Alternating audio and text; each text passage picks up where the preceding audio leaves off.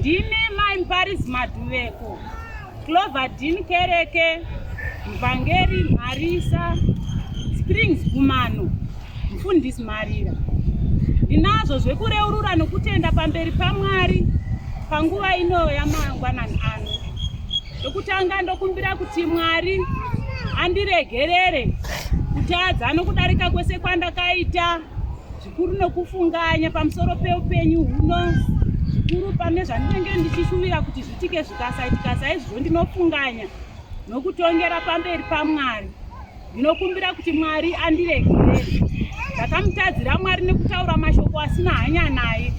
Ndinokumbira pamberi paMwari kuti Mwari andiregerere. Tadza kudarika kwose kwandakaita kuti utsvene nekururama zvive pandiri nguva dzose, kuti zita rangu rirege kudzimwa mbuku youpenyu, ndire ndikuzowana upenyu husingaperi. Ini ndasumukira kupupurira evhangeri yaMwari wakatuma muranda wake Paul Mwazhi weAfrica, kuti Mwari waPauro Mwazhi weAfrica vose vasati vaziva kukosha kwezita raJeso nokushamisa kokuponisa kwake, nevasingaone kuti vaoneswe kuburikidza nokubatsirwa kwandakaita ini. Ndinotenda Mwari wakandibatsira mugore ra2011. Inini ndakafa ndikamutswa kuvakafa, ndakarohwa nemheni tiri mumunda ndikafa. Ndinotenda Mwari kwazvo nokuti Mwari wakandimutsa, nokuti zvakaitika ndezvekuti takatanga kuti tichitanga kugara munzvimbo iyi. Tatanga kugara munzvimbo iyi makanga musina vapostori vaAfrica, saka takatanga isusu kuve vapostori vaizikanwa munzvimbo iyoyo kuGokwe, kuZimbabwe, kunzvimbo yeGokwe. Saka zvakaitika ndezvekuti takatanga tanamata munzvimbo iyi, takazopuwa kereke. Tapuwa kereke, pakereke pedu papa tafananamatira pakaitwa gumano. Paitwa gumano zvakaita kuti varoyi venzvimbo iyi vakauya vachida kuedza. Vauya vachida kuedza usiku hwohwe gumano iroro. Mweya Mutsvene akatotaura kati panapa tatashanyirwa asi usatani hwose hwaurayiwa. Saka zvakaitika kuti gumano iri chizopera, varoyi venzvimbo iyi vamwe vacho vakabva vauya kwandiri vakati, ko chii chakaitika pachechi penyu apa? Chechi yenyu iyi yatishamisa. Saka mai ava vachitaura vakaedza kutaura sevamwewo vanhu vane zvinhu zvavo zvakanga zvaurawo pagumano apa.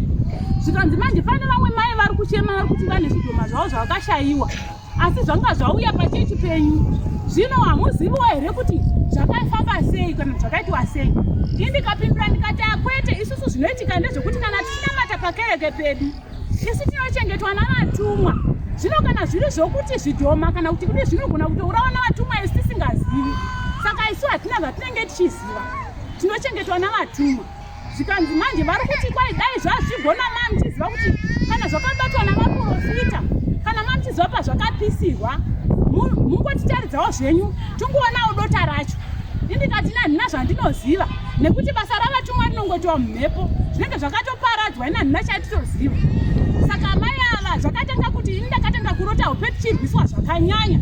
Ndichiona inini vachiuya vanhu ava vasingakundikana kupinda mumba, ndikaona tichitsvakirwa vamwe vanhu vakanga vachibva kune dzimwe nyika, varoyi vaibva kune dzimwe nyika vachiuya vachitirwisa mukati memusha wedu wataigara ine murume wangu.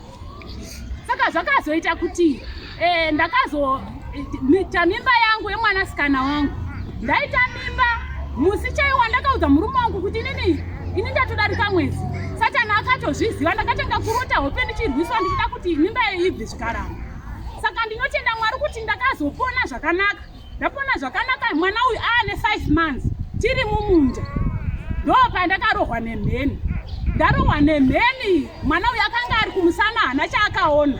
Aine 5 months papa, hana chaakaona. Inini ndakatofa.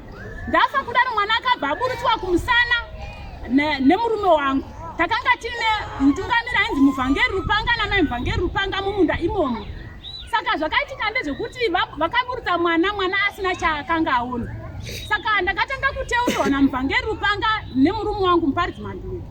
Vakatanga kunditeurira mumunda imomo kusvikira inini zvairadza vachitaura murume wangu Muparidzi Madhuku anoti chiso chenyu chakanga chatounyana, zvinoratidza kuti kupeteka kwechiso chemunhu atofa, ganda iri ratochinja iri, zvichiratidza kuti manga matofa. Saka kwai ndakatanga kufunga kuti zviya ndakambodzwa kuchinzi kana munhu akarohwa nemheni munomubudisa rurimi.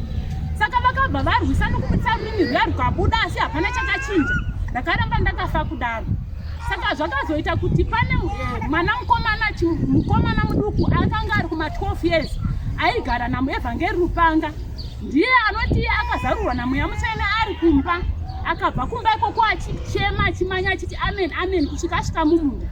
Akabva asvika akanditeurira. Akatora mvura yakanga iri pashizha. Shizha rechibage mumunda imomo. Mvura shoma shoma ndiyo akandorova nayo kumeso. Ndopanguva yandakamuka iyo ndakabva ndatanga kuchema. Saka nguva iyoyo yandakamuka ina handina chandakanga ndichiziva. Asi kuti ndo nguva yandakamuka zvokunzwa kuti ivo vachiziva kuti ndamuka sina handina chandaiziva. Saka zvakaitika ndezvokuti ivo vanoti vakanditakura vakaenda neni kuchipatara. Asi handina chandaiziva. Vakanosvika vakanzi kana kuri kuti vari kutofema isati nechatokubatsirai nacho. Mungonovapa mapirisi andakabva ndapuwa mapirisi aya anonzi maparacetamol. Saka inini manje zvakaitika ndakafa kudaro. Ndaiita sekurota hope. Ndakanga ndakapfeka magemenzi angu ndichimanya ndakatarisa divi remabhazuva ndakadai. Saka ndakanga ndichimanya ndichizviona ndichiita sekurota ndichikurota ndichimanya ndakatarisa mabhazuva. Ndakanga ndichimanya zvakanyanya kwazvo. Saka nguva iyoyo ndakabva ndasvika panzvimbo yakanga ichiratidza kuti inzvimbo yakanga yakavakwa zvakanaka. Asi ndakasvika panzvimbo iyi ndakangoona pane varume vaviri vakanga vakamira pagedhi. Umwe kurudyi umwe kuruboshwe. Varume vakanga vakapfeka magemenzi asi zvairatidza kuti varume avapostori veAfrica nekuda kwemagemenzi avo vakanga vakapfeka. Ndasvika paya ndakasvika vaya havana chavakataura neni vakangondita nesaini neruoko kungoti ndipinde mukati. Ndakapinda mukati muya zvakanga zvichingoita sekungoti zvinenge zvichingori automatic zvongozviita zvoga kuti unongochingonzwisa kuti apa ndodai. Saka ndakabva ndaona mukati muya makanga muine matafura matatu akanga akarunda akatarisa akadai. Saka ndakaenda patafura yekutanga pamatebho pakanga matebho aya akanga akagara akakombwa nevarume vakanga vakapfeka zvemagemenzi airatidza kuti vapostori veAfrica. Saka varume ava havana chavaitaura asi kuti vainyora. Ndakaona inini vaingonyora havana kana chavakataura neni. Akanga ari pokutanga pandakasvika ndikamira ndiye akachifunga chiso chake akandita nesaini neruoko kuti ndidarikire kumberi. Saka ndakabva ndadarikira kumberi kuya ndikaenda patebho yechipiri vanhu vaivepo vaingonyorazve hapana akanga achitaura neumwe. Ndakabva ndasvika paya ndikamira akanga ari pakona pekutanga ndiye akasumudza musoro akangonditarisa. Ndobva andita nesaini kuti ndidarike neruoko rwake kumberi. Patebho yechitatu ndo pakanga pakagara muranda waMwari pomwazvo weAfrica akanga ari mumwe chete ipapo. Ndakasvika paya ndikasvika ndikamira akanga akatsikisira. Saka pakasumudza chiso chake akati wauya aiwaka wodzokera unoita basa raMwari. Saka inini panguva iyi aitaura kudaro ndakashaya kuti zvino ndinodzokera kupi uye ndodzokera sei. Zvikanzi aiwaka mwanangu zvino dzokera unoita basa raMwari nekuti tatisaone mufundisi wako ari kuchema. Nekuti nguva iyo zvakaita sokuti mufundisi akanga achinditeurira pasi inini kwandandiri kuvaita kwako kakwirira. Asi mufundisi zvikanzi tatisaone mufundisi wako ari kuchema achindinamata achiteura nezita rangu achiti hazviiti kuti Esther afe. Ndoda kuti andibatsire basa raMwari muguma nokuti ndairota nokuprofita muguma. Saka achinditeura achikumbira pamberi paMwari pamusoro pebasa raMwari. Saka mudzidzisi akabva ati achidzokera noita basa raMwari tatisaone mufundisi wako ari kuchema ari kuti unofanira kuti uite basa raMwari.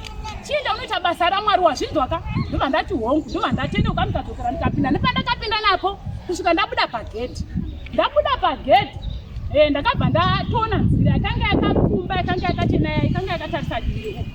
Saka ndakabva ndapinda munzira iyoyo zvaingoita sokuti ndonzira ndaiti kufunga kuti ndoiri kundidzosera kwandiri kuenda. Saka nguva yandakapinda munzira iyoyo ndonguva yandakabva ndatopepuka. Ndikati ndiri kurota chii chiri kuitika. Ndatodzosa kuchipatara ndatorara mumba mai vangu vatodedzwa kumba vatouya kundiona. Saka ndobva ndakanzwa izwi ravo richichema mai vangu kana vaichema ipapa nguva iyo. Asi ini ndakanga ndakangova ndakatsvakana ndachadaikwanisa kuita. Asi panguva iyo ndakatanga kufunga ndisati ndapakanyika kana kuti ndakatanga kufunga kuti ko chii chachiitika. Ndiri kurota hope ndiri kurota muranda waMwari pomwazvo weAfrica chii chaitika uye ndiri kupi chii chakuitika. Saka nguva iyoyo ndonguva yaikatsanangura maevhangeri manje vandakanga ndakabva kuna mai vangu ndopandakaita kuti ndinzwisise nyaya kuti chii chaitika tatiri kumunda. Mai mvangeri vava kutsanangura mai vangu kuti tachitori kumunda saka zvimvura zvakutanga kusakasira ndobva ndadii ndobva mvura yangotinhira. Saka payatinhira isati takatomira kweduku ivo mai paridza vanga vakamira kwavo vega. Saka tangoona vadonha pasi. Saka nguva idzodzo ndopandakanzwisisa kuti saka vari kuona kuti ndandatorohwa nemheni. Zvikai vanga vatofa vaiyona vakutofema vanga vasingafemi vari kutorondedzera mai mvangeri vaya. Saka ndakatanga kuchema ipapo.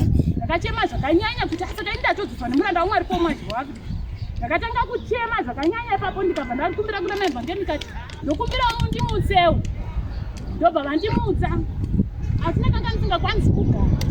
Chifuva changu chairwadza zvakanyanya ndisingakwanisi kana kugara kuti ndikwanise kugara ndega.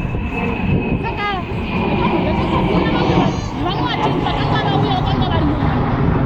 Ndakatanga kuzadzwa nauya muchene zvakanyanya ndikamuti Mwari wakaurwa aiti hakandizosa zvino mwana wangu aizochengetwa nani akanga anotaizvimana mwana wangu aizoita sei.